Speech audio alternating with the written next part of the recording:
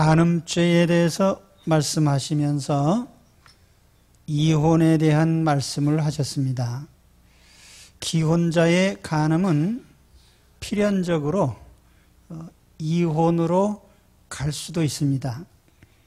31절에 보시면 또 일러스되 누구든지 아내를 버리려거든 이혼 증서를 줄 것이라 하였으나, 이 말씀은 구약성경 신명기 24장 1절 이하에 있는 말씀을 인용한 것입니다. 이 신명기 24장 1절 2절에는 이런 말씀이 있습니다. 사람이 아내를 맞이하여 데려온 후에 그에게 수치되는 일이 있음을 발견하고 그를 기뻐하지 아니하면 이혼 증서를 써서 그의 손에 주고 그를 자기 집에서 내보낼 것이요 그 여자는 그의 집에서 나가서 다른 사람의 아내가 되려니와. 이 말씀의 논지는 이혼의 허용 또 이혼의 사유입니다. 이혼은 절대로 권장사항이 아닙니다.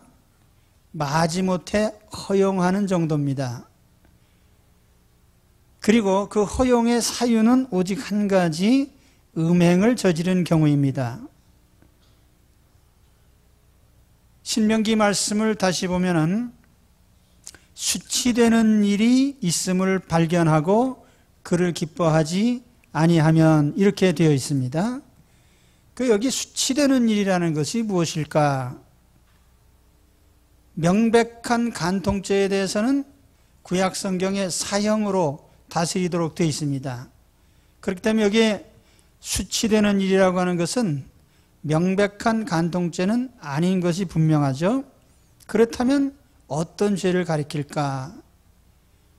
성경에 보면은 이런 언급들이 있습니다. 민수기 5장 12절에서 14절까지 보면은 배우자의 부정행위가 정황상으로는 분명한데 증거가 없다 하는 경우, 또 신명기 22장 13절에 보면은 신혼 부부가 배우자에 대해서 어떤 허물이 발견되는 경우이죠.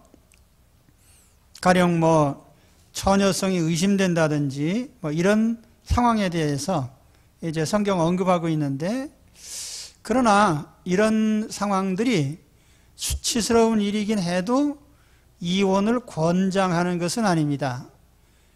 남편이 용서하면 모든 것은 종결되게 돼 있어요. 유대인들은 신명기 24장에 있는 이 말씀을 확대해서 그랬습니다. 유대인 중에도 두 개의 종파가 있었는데, 특히 바리새파 중에 샴마이파라고 하는 보수적인 파에서는 간음죄 이외에 어떤 사유로도 이혼을 허락치 않았습니다.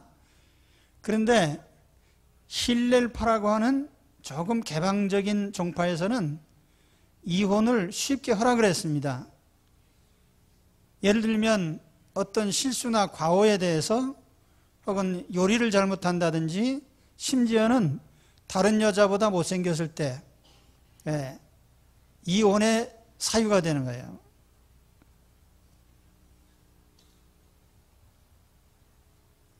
요즘 회교도들도 그렇습니다.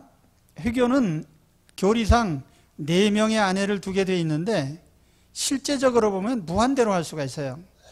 왜냐하면 이혼을 아주 식은 죽 먹기로 허락하기 때문에. 요즘 튀니지의 여성들이, 젊은 여성들이 시리아에 성전에 참여하고 있다. 성을 도구로 해서 성전에 참여하고 있어요. 그 앞에 성자하고 뒤에 성자가 다릅니다. 예를 들면 젊은 여성들이 시리아에서 전쟁을 하고 있는 남성들에게 성적인 도구로 사용이 되는데, 그것을 회교도들이 성전이라고 이름을 붙였어요. 그게 어떻게 성전이 되나? 그래서 그들 교리에 의하면은 어떤 남자와 관계를 맺게 되면 그 순간 결혼을 허용하고 그 관계를 끊을 때에 이혼을 허락하는 걸로, 그러니까 1시간 동안 남편이 되는 거예요. 그러니까 1시간 결혼하고 1시간 후에 이혼하고, 이런 식으로 해서 하루에 20명에서 100명까지의 남자들을 상대하는 여성들이 있었다. 그러니까 회교가 얼마나 황당한 종교인지 알 수 있죠.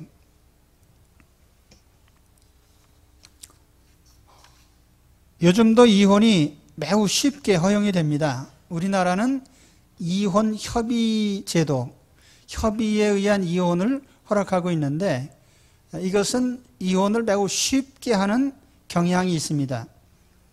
그래서 우리나라 이혼의 80% 이상이 협의 이혼을 하고 있어요. 그래서 이제 정부에서 이게 너무 쉽게 이혼을 허락하는 거 아니냐.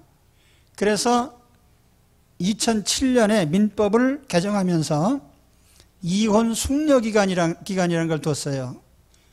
자녀가 있는 부부가 헤어지는 경우에 3개월 정도 서로 상담도 하고 또 얘기를 나누면서 이혼에 대해서 재고해보라 하는 것입니다.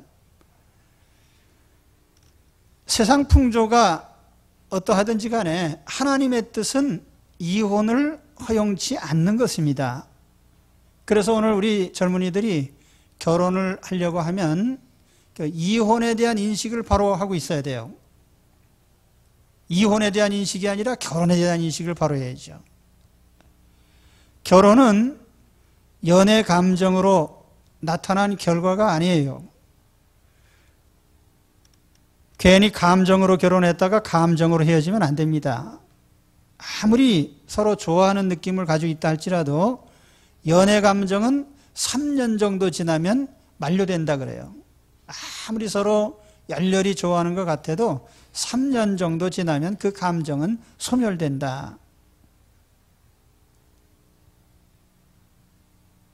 결혼을 하려고 하는 사람은 신중하게 결혼이 무엇인지를 생각을 하면서 해야 됩니다. 모세가 이혼 증서를 써주라고 한 것은 이혼을 허용하겠다는 뜻이 아니고 이혼을 막겠다는 취지입니다. 너무나 쉽게 여성을 버리기 때문에, 그래서 남자들에게 쉽게 이혼을 하지 못하도록 제동을 걸기 위해서 이혼 증서를 써주라, 또는 여성의 인권을 보호하기 위한 그런 조치로서 행했던 것입니다. 오늘 주님께서는 그보다 더 강력하게 이혼을 간음죄의 맥락에서 말씀을 하십니다. 아내를 버릴 이유가 있다면 그건 오직 한 가지, 음행한 연고인데 그 이외에 다른 이유로 배우자를 버렸을 경우에 간음하게 하는 것이 아니겠는가. 또 혹 간음죄로 말미암아 버림받은 여자와 결혼하는 사람도 간음죄를 짓는 것이 아니냐. 32절 다시 보시면 나는 너희에게 이르노니 누구든지 음행한 이유 없이 아내를 버리면 이는 그로 간음하게 함이요 또 누구든지 버림받은 여자에게 장가드는 자도 간음함이니라. 자, 주님께서 이 간음죄를 말씀하신 것, 또 이어서 이혼에 대한 언급을 하신 것은 무슨 간음을 막자든지 이혼을 막자는 취지가 아니고요. 궁극적인 목적은 가정을 보호하고 행복한 결혼 생활을 하게 하는 데 있습니다. 그렇기 때문에 오늘 하나님께서 이 계명을 두신 것은, 이것은 단순히 이혼을 막아보자 하는 이런 취지가 아니고 복된 가정 생활을 하는, 어떻게 하면 부부 생활을 더 하나님 은혜 가운데 잘 할 수 있을 것인가, 이런 취지에서 만든 법입니다.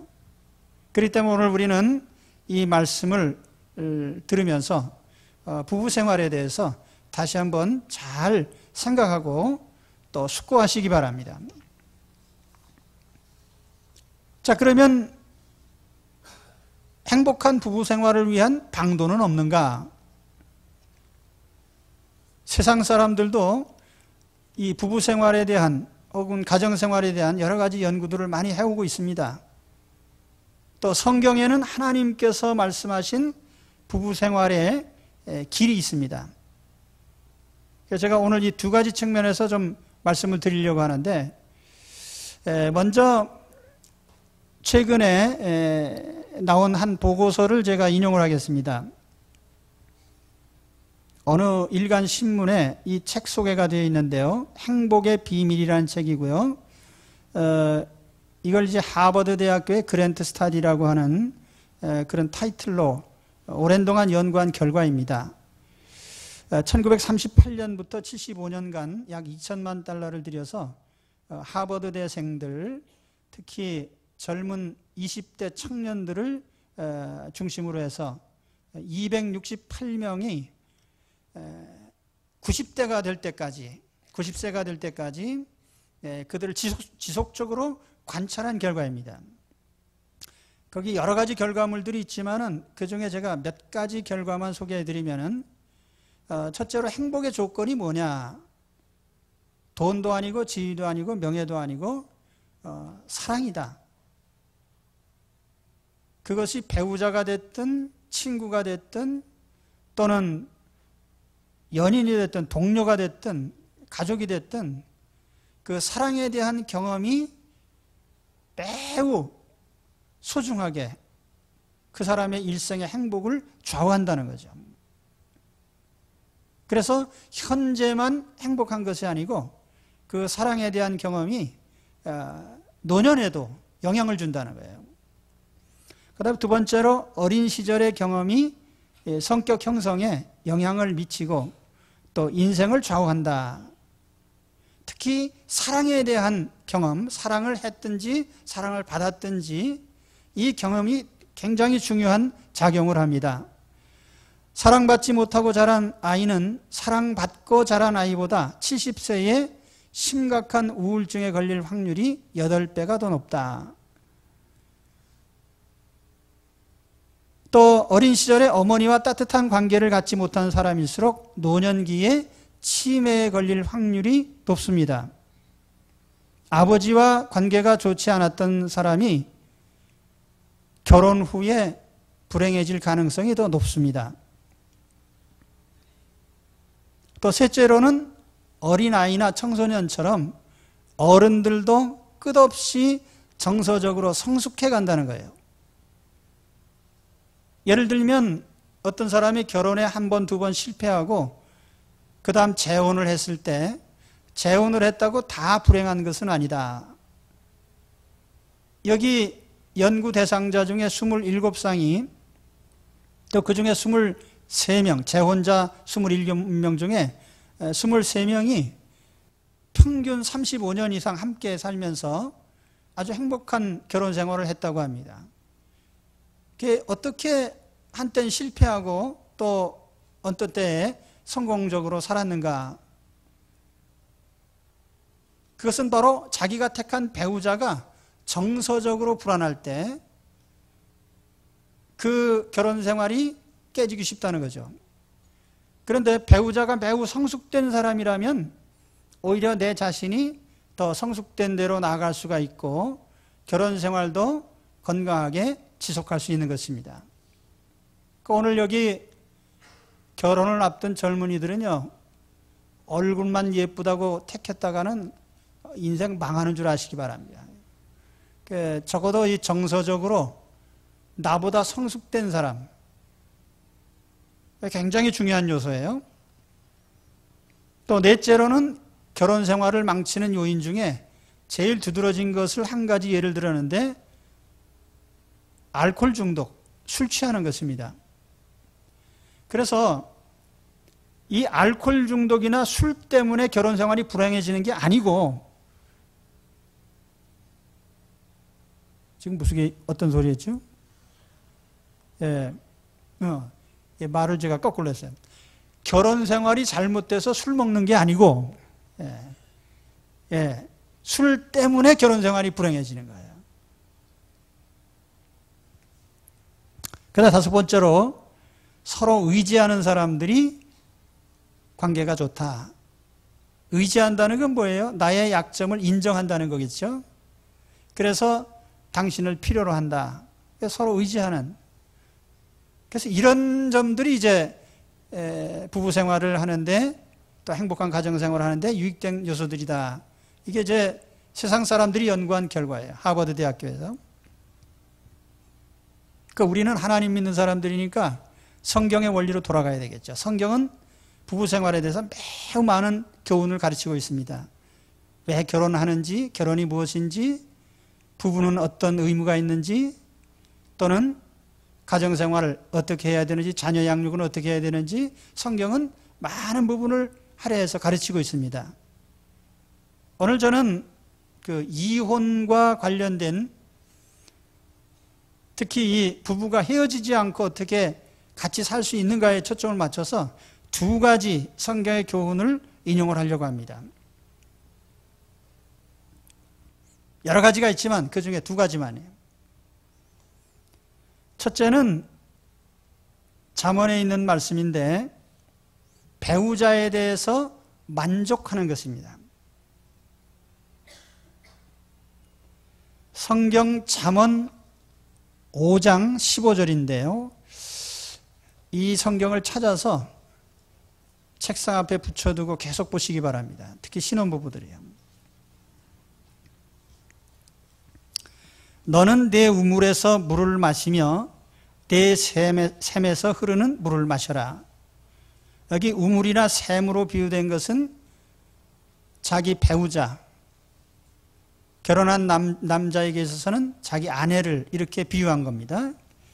어찌하여 내 샘물을 집 밖으로 넘치게 하며 내 도랑물을 거리로 흘러가게 하겠느냐.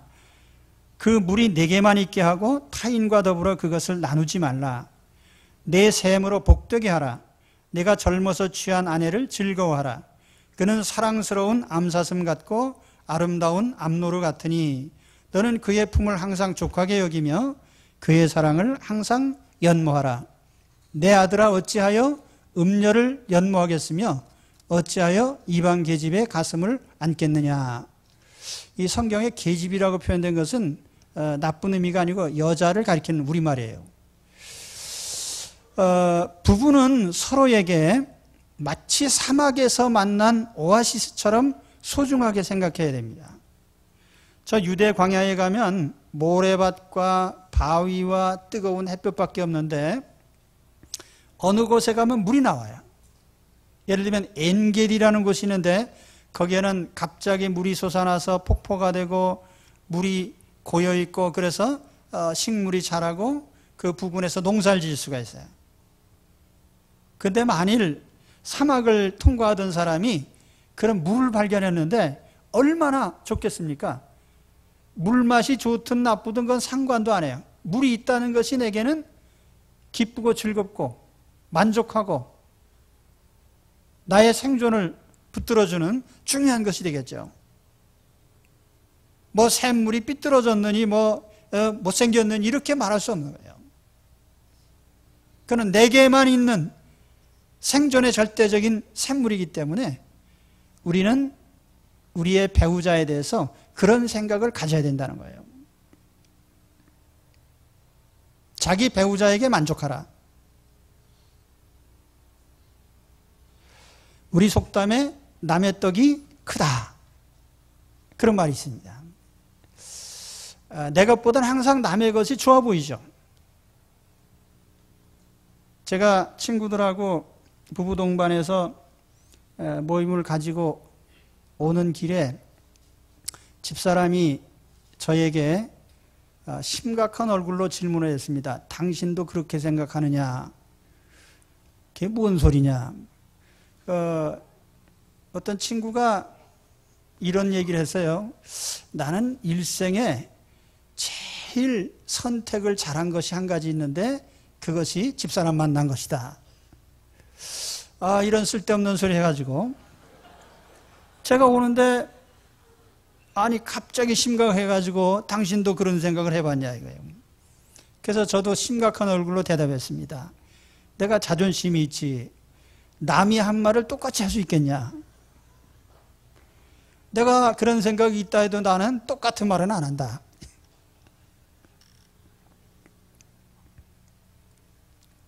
여자들이 시장에서 물건 살 때 얼마나 열심히 고르는지 아십니까? 나는 시장에 잘 따라서 안 갑니다. 특히 옷 사러 갈 때요. 이렇게 좌판에 옷이 쭉 있으면요, 남자들은 가서 이거 얼마입니까 하고 딱 집어서 한두 개 보고서 그냥 사요. 미안해가지고. 여자들은요, 있는 대로 다 꺼내서 입어보고 또 하고 또 꺼내고 무르고 또 다시 하고 안 삽니다. 그것도 옆에 가서 또 이제 옆집에 가서 하고, 여기 가게가 5개 있으면 반드시 5집을 다 봐야 돼요. 그래서 제일 좋은 거 마음에 드는 것만 딱 삽니다. 그런 여자가 남편 고를 때 결혼한 후에 얼마나 후회가 많겠어요. 고를 기회가 좀 더 있어야 되는데 말이에요. 이게 뭐 그냥 다 보지도 못하고 어디서 그냥 소개하는 바람에 해서 이렇게 했으니, 그러니까 결혼한 후에도 밤낮 다른 남편은 어떻게 사나 그만 쳐다보는 거예요. 그러니까 멀쩡하다가도 어디 갔다 오면 또 시무룩해지고.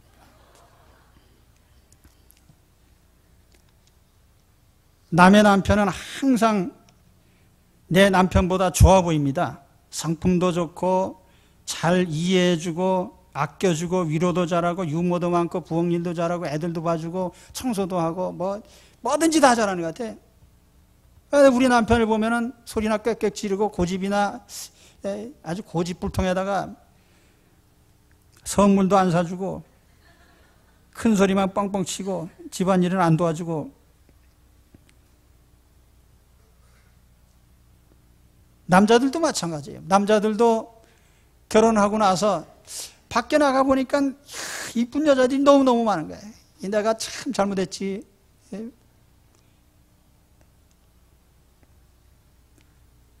근데 집에 있는 사람을 보면 우중충해 보이고 치장도 안 하고 웃지도 않고 잔소리만 하고 살림도 제대로 못하는 것 같고.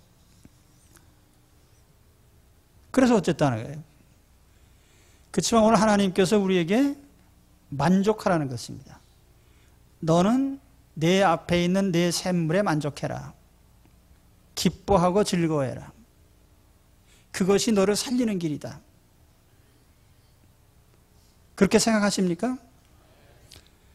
그 다른 사람을 쳐다보지 말라니까요. 기왕에 결혼한 사람이 딴 사람 쳐다보면 또 어떡할 거예요? 그래서 이게 성경의 원리입니다. 삼천리반다 금수강산 방방곡곡에 좋은 물이 많아도요, 내가 평생 그 물을 다 마실 수는 없고요, 내가 마실 물은 제한되어 있습니다. 그래서 하나님께서 우리에게 그렇게 말씀하시고요, 만족하라고 하시는 겁니다. 내가 다시 태어난다면 딴 여자하고 결혼해야지, 딴 남자하고 결혼해야지, 천번의 말씀, 하나님이 똑같은 사람 주실 줄로 믿습니다. 왜냐하면 그게 하나님 뜻이니까요. 그래서 만족해야 되는 거예요. 만족해요. 따라합시다. 나는 내 아내에게 만족한다. 또 나는 내 남편에게 만족한다. 그래야 됩니다. 그게 함께 행복하게 사는 비결이에요. 한 가지 더 말씀드리면요, 베드로 사도가 남편들에게 이런 권면을 했습니다. 베드로전서 3장 7절에 남편들아 이와 같이 지식을 따라 너희 아내와 동거하고 그를 더 연약한 그릇이요 또 생명의 은혜를 함께 이어받을 자로 알아 귀히 여겨라. 이는 너희 기도가 막히지 아니하게 하려 함이라. 결혼에 대한 사전 지식이 있어야 돼요. 그래서 제가 신혼부부들 또 결혼을 앞둔 젊은이들에게 꼭 결혼에 대한 프로그램을 이수하고 결혼이 뭔지를 제대로 공부를 한 후에 결혼하라고 하는 권면을 합니다. 부부생활 어떻게 할 건지, 남편으로서 어떻게 할 건지, 아내로서 어떻게 할 것인지, 자녀를 어떻게 기를 것인지, 가정경제생활을 어떻게 할 것인지 다 중요해요. 근데 이 모든 지식보다 더 중요한 지식이 딱 하나 있는데 그것이 뭐냐면 배우자에 대한 지식입니다.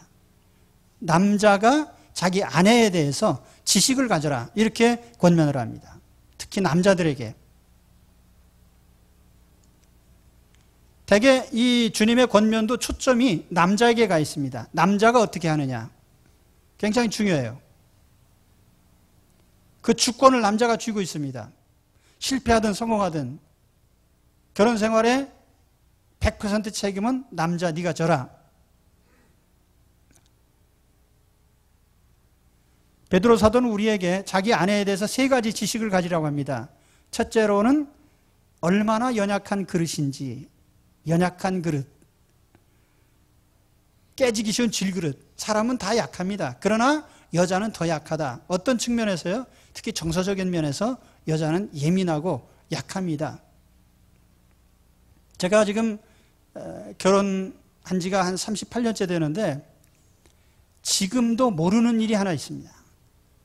30분 전까지 기분이 좋았는데요, 갑자기 기분이 나빠요.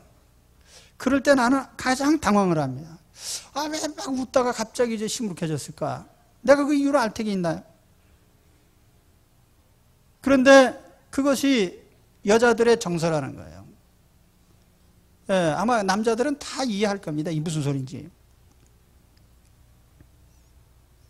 그래서 사실 우리가 세상에 알 것이 많지만은 자기 배우자에 대해서 아는 것이 부부 생활에 있어서 굉장히 중요한 요소가 되는 겁니다. 알려고 해라. 표정 하나까지 관찰을 하고, 미장원에 갔다 왔는데 머리가 다 엄청나게 바뀌었는데도 관심도 없고,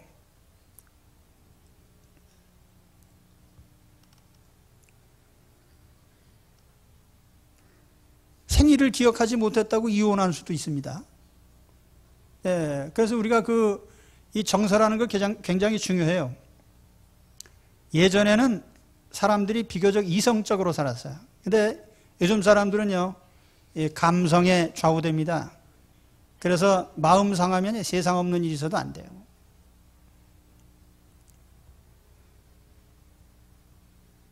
또 한 가지 알아야 될 것은 나와 함께 사는 이 여자가 천국까지 같이 갈 동반자라는 거예요. 우리 그리스도 안에서 결혼한 사람들에게 하는 말입니다. 세상에서 싫어가지고 서로 헤어졌는데 천국에 가서 보니까 거기 또 있어요. 그래서 기왕에 만나야 되는 사람이고 영원히 같이 갈 사람이니까 아예 그냥 사이좋게 가라는 거예요.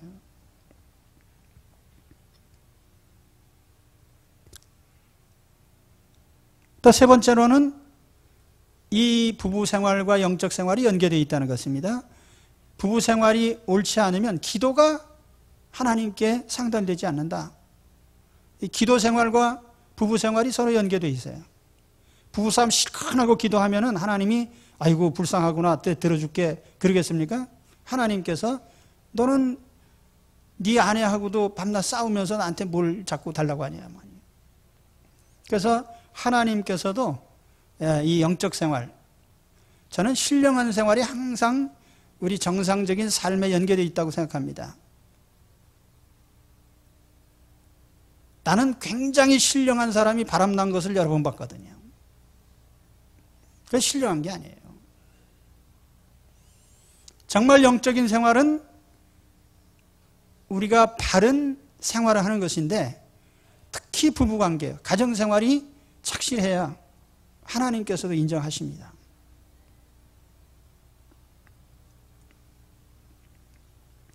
오늘 배우자에 대해서 좀 생각해 보시기 바랍니다. 사이가 좋은 분도 있고, 아이고 이것도 헤어질까 말까 하는 분도 있을지 모릅니다. 사이좋게 지내시기 바랍니다. 그러고 하는 말씀처럼 만족해야 돼요. 이거 내가 사막에서 내가 먹고 이 물을 마시고 여기서 생존하라고 주신 샘물이구나. 하나밖에 없는 샘물이구나. 이렇게 생각하고 귀하게 여기고요. 또 내가 세상에 박사학위 10개 있으면 뭐예요? 어떤 사람이 나룻배 타고 건너가는데 뱃사공한테 질문을 합니다. 당신 철학에 대해서 좀 알고 있습니까? 나 철학 잘 모릅니다. 당신 정치에 대해서 좀 알고 있습니까? 나 정치 모릅니다. 허허, 이 사람 인생의 절반은 헛살았구만. 그래서 나중에 사공이 신경질 나가지고 그 사람한테 물어봤습니다. 당신 수영할 줄 아시오? 나 수영 못합니다. 아이, 당신 지금 인생 끝났어. 배가 지금 구멍이 뚫어져가지고 물이 들어오는데, 오늘 우리에게 있어서 많은 지식이 요구되고 있지만 정말 우리가 행복하게 살기 위해서 필요한 지식은 내 배우자에 대한 것입니다. 그래서 우리가 연애 시절에 어떻게 해서요? 상대편에 관심을 많고 관심 가지려고 애를 쓰고 뭔가 싫어하는 건 안 하고 좋아하는 것만 하려고 하고 그것이 결혼 후에도 지속이 돼야 되는 거예요. 자, 결론을 말씀드리겠습니다. 성경에서 결혼은 주님과 성도의 관계의 비유가 됩니다. 주님은 신랑이시고 성도들은 신부입니다. 그런데 우리 주님께서 성도들을 선택하실 때 다 조건 따져가지고 선택하신 게 아니에요.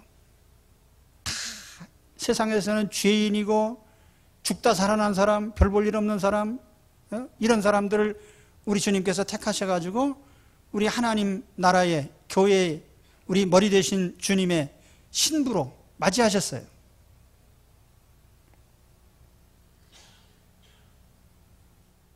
간음죄가 문제입니까? 우리 주님께서 모든 죄를 다 용서하시고 우리를 당신의 신부로 맞아주셨습니다. 그리고 우리가 주님과 영적인 결혼한 이후에도 우리가 뭐 실수하고 잘못한다고 해서 주님이 야 결혼해지다 이렇게 말씀하신 적이 없어요. 주님과 우리 사이의 관계는요, 우리가 아무리 잘못해도 주님이 붙들고 계시기 때문에 헤어질 수가 없어요. 로마서 8장에 보면 그 말씀이 나와요. 지구상에 어떤 돌발 변수가 발생해도요, 주님의 사랑에서 우리를 잘라갈 사람, 끊어놓을 사람은 없다는 거예요. 그와 같이 남편 된 자는 자기 아내에 대해서 그런 마음으로 항상 사랑해야 됩니다. 또 아내도 마찬가지죠.